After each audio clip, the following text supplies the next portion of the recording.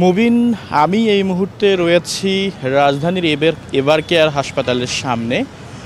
ইনক্লাব মঞ্চের মুখপাত্র কিংবা ঢাকা ৮ আসনের সম্ভাব্য যে স্বতন্ত্র প্রার্থী শরীফ ওসমান হাদির যদি বর্তমান শারীরিক অবস্থার কথা বলতে যাই, তাহলে আসলে তার যে শারীরিক অবস্থা রয়েছে সেটি কিন্তু এখনও অপরিবর্তিত।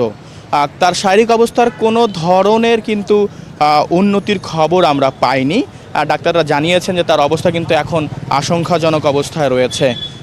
এছাড়াও ডাক্তাররা বলেছেন যে আসলে আগামী ৭২ ঘন্টার আগে তারা কিন্তু তার যে শারীরিক অবস্থার তার কোনো নতুন কোনো তথ্য দিতে পারবে না।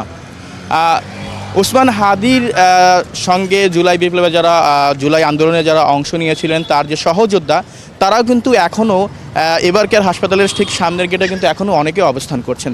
তারা আসলে বলছেন যে ওসমান হাদির উপরে যারা এই হামলা চালিয়েছে তাদেরকে দ্রুত গ্রেফতার করে আইনের আওতায় আনতে হবে। এবং অনেকে বলছেন যে আসলে যদি এগুলো এই অপরাধীদের যদি গ্রেফতার করতে না পারে, কিংবা তারা যে ৬ ঘন্টার আলটিমেটাম দিয়েছিলেন সেটি যদি সেই সময়ের মধ্যে যদি অপরাধীদের গ্রেফতার করতে না পারে, সেক্ষেত্রে কিন্তু স্বরাষ্ট্র উপদেষ্টাকেও কিন্তু পদত্যাগের দাবিও কিন্তু অনেকে করেন।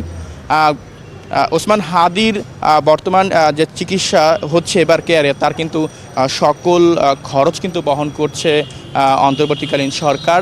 এবং তারা বলেছেন যে আসলে তার চিকিৎসার জন্য যদি বিদেশে গিয়ে নিয়ে যেতে হয় উন্নত চিকিৎসার জন্য, সেটির ব্যবস্থা কিন্তু তারা করবেন। এবং হামলাকারীদের কিন্তু দ্রুত গ্রেফতারও কিন্তু নির্দেশ দেওয়া হয়েছে অন্তর্বর্তী সরকারের কাছ থেকে। এই ছিল আমার কাছ থেকে এভার কেয়ারের সামনে থেকে ওসমান হাদির সর্বশেষ শারীরিক অবস্থার খবর।